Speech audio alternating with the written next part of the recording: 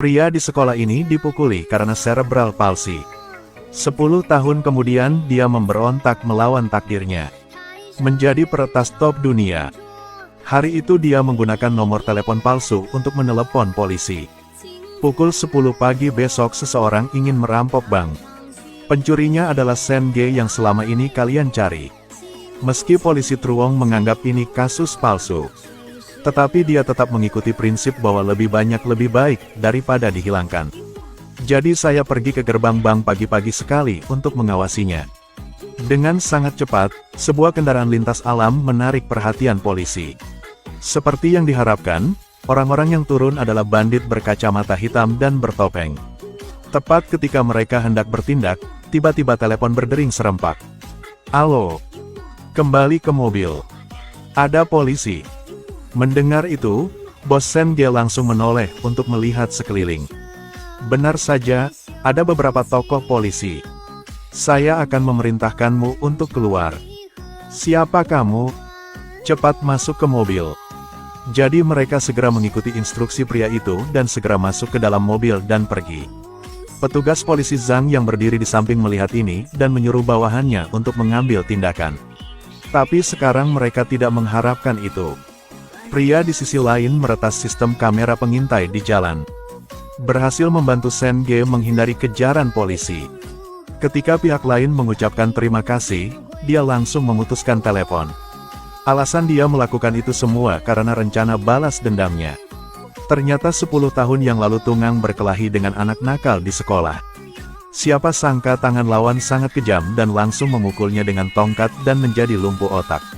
Sejak saat itu, ia harus mengandalkan obat untuk mempertahankan hidupnya. "Pacar saya adalah Lem Sao karena dia ingin balas dendam, jadi dia mengundang preman untuk pergi ke sekolah. Kau juga harus minum obat seumur hidup." "Apa maksudmu?" Setelah mengatakan itu, dia menarik pria itu ke bawah dan melompat ke bawah. Untungnya, Lem Sao dirawat tepat waktu, tetapi dia masih meninggalkan bekas luka yang panjang di punggungnya. Hari ini, Lem Sao adalah seorang pemain biola untuk sebuah band. Penampilannya membuat profesor tidak dapat diterima. "Jika kau mendengarkanku menarik piano akan mati." Saat itu, sang profesor masih belum mengetahui dirinya tergabung dalam band yang diaransemen oleh Tungang. Karena profesor ini juga dalam rencananya. Mahasiswi itu ingin berlatih biola, jadi dia membuat janji pribadi dengan gurunya untuk datang ke kelas. Lihat baju keren di tubuhnya, nama guru mesum itu langsung menempel di badannya untuk mengajar. Adegan ini semua disaksikan oleh Tungang. Guru ini juga tidak menyangka bahwa gadis di depannya adalah putrinya sendiri. Alasan dia melakukan itu juga untuk membalaskan dendam ibunya. Pada suatu malam 20 tahun yang lalu, gadis Amai berdiri sendirian di pinggir jalan. Tiba-tiba seorang pria berhenti dan berkata dia ingin memberinya tumpangan. Hasilnya menyeretnya ke pinggiran kota yang sepi dan melakukan tindakan bejat. Bertanya-tanya beberapa bulan kemudian, dia tahu dia hamil dengan miliknya. Begitu saja, Amai diejek dan dimarahi oleh penduduk desa. Sampai 6 tahun kemudian dia melihat berita tentang pria itu di koran. Jadi aktif menghubungi orang yang paling tidak ingin dia temui.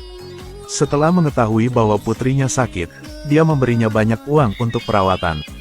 Ketika dia melihat bahwa dia tidak memiliki hati nurani, dia berbalik dan pergi, katanya. "Hal-hal mengerikan yang kau lakukan. Apakah kamu tidak merasa menyesal?" "Saya bilang kamu tahu. Saya tidak menuduh Anda memfitnah, itu udah baik banget. Jangan cari saya lagi." Lalu dia pergi dari sana. Tapi dia tidak pergi jauh ketika dia kembali. Karena dia tidak ingin Amai menggangguku lagi, dia langsung membunuhnya tepat di hutan. Adegan ini semua dilihat oleh gadis yang berdiri di samping. Melihat hal tersebut, muncullah ide untuk mengubur gadis itu dan Amai hidup-hidup. Untungnya, pada akhirnya dia pulih sedikit dari hati nuraninya. Menarik gadis itu keluar dari tumpukan kotoran. Kemudian tinggalkan dia di gerbang lembaga kesejahteraan. Disinilah dia bertemu orang terpenting dalam hidupnya, Tungang. Sejak kecil, keduanya saling mengandalkan untuk hidup. Tahun itu, dia dikalahkan oleh preman sekolah karena dia melindunginya. Sejak saat itu, hanya obat-obatan yang dapat menopang kehidupan. Keduanya sudah dewasa sekarang. Maka Tungang segera merencanakan untuk membalaskan dendam Lam Sao. Pertama, dia memintanya berpura-pura menjadi murid untuk mendekati Tuan Li.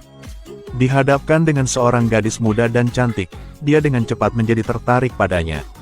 Untungnya, Lam Sao selalu menjaga jarak sehingga dia tidak melakukan hal yang aneh. Bersamaan dengan itu, rombongan orang yang ditolong Tuang di masa lalu juga menemukan alamatnya. Tapi Sen Ge masih tidak tahu bahwa ini semua adalah rencananya. Anda mengarahkan saya ke polisi. Lalu selamatkan saya. Kenapa? Tungang mengatakan bahwa dia ingin menggunakan keterampilan peretasannya untuk bekerja sama dalam pencucian uang dengan Sen Ka, jadi dia membawanya ke dermaga. Di sisi lain, Lam Sao juga mengundang Tuan Li untuk datang ke sini. Sekarang semua orang penting telah berkumpul. Drama yang bagus akan segera dimulai. Saya mau lapor polisi. Anjing saya menemukan mayat di hutan dekat Cham Gia Chau di Nguyen Tan. Lebih tepatnya, itu adalah kerangka. Untuk membalaskan dendam pacarnya, Tungang punya rencana. Menerima laporan polisi segera ke tempat kejadian. Memang menemukan kerangka di hutan. Setelah pemeriksaan forensik ditentukan bahwa itu adalah seorang wanita parubaya. Waktu kematian adalah 15 tahun. Melalui penyelidikan terhadap mereka yang hilang, polisi memastikan bahwa identitas korban adalah Amai. Penanggung jawab kasus ini adalah petugas polisi Zhang. Dia menyelidiki semua orang yang terkait dengan korban sebelumnya. Tapi tidak menemukan petunjuk apapun. Pada saat Zhang tua sedang pusing tentang hal ini, tiba-tiba tim mendapat telepon dari Tungang. Apa yang kamu temukan? Tungang. Dermaga Tianmen memiliki drama hebat yang sedang berlangsung. Kenapa kamu tidak datang dan melihat?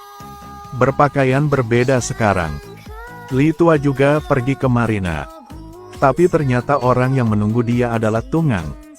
Dia tidak mengatakan bahwa dia benar-benar mengungkap kejahatannya 10 tahun yang lalu. Saya menyesalinya sekarang. Apakah ada waktu? Saat keduanya berdebat, Sen Ge datang berburu dengan membawa senjata. Dia mengira pihak lain adalah pedagang yang datang untuk mencuci uang. Bisa dibaca dengan baik kan? Siapa kau? Coba kau tebak. Kasih saya uang. Siapa kau? Saat ini, Sen Ka masih belum mengetahui bahwa dia dimanfaatkan oleh Tungang. Dia langsung mengangkat senjatanya dan menembak kaki orang tua ini. Sangat cepat, petugas polisi Zhang tiba di sini. Menyebabkan Sen Ka segera membeku, tidak mengerti apa yang sedang terjadi. Siapa kau? Saya sudah bilang saya adalah polisi. Segera meletakkan senjatanya. Apakah kamu tahu siapa dia? Tungang. Saya tahu siapa namanya. Kau pernah menyakiti dia, kau sudah lupa. Aku menyakiti banyak orang, bukankah aku harus mengingat mereka semua?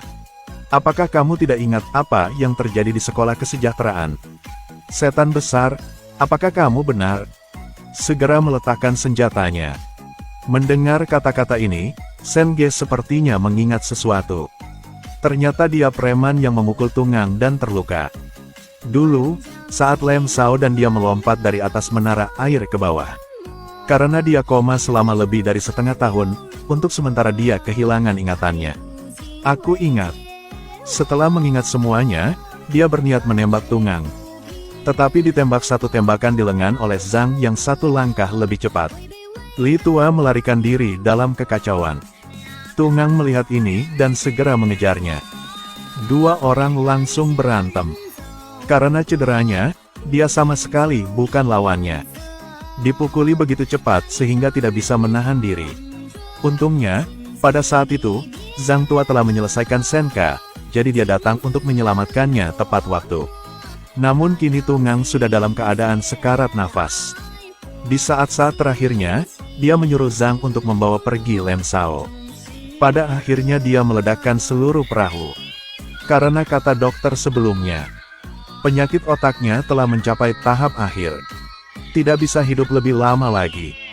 Begitu saja, rencana balas dendam seorang remaja pun berakhir.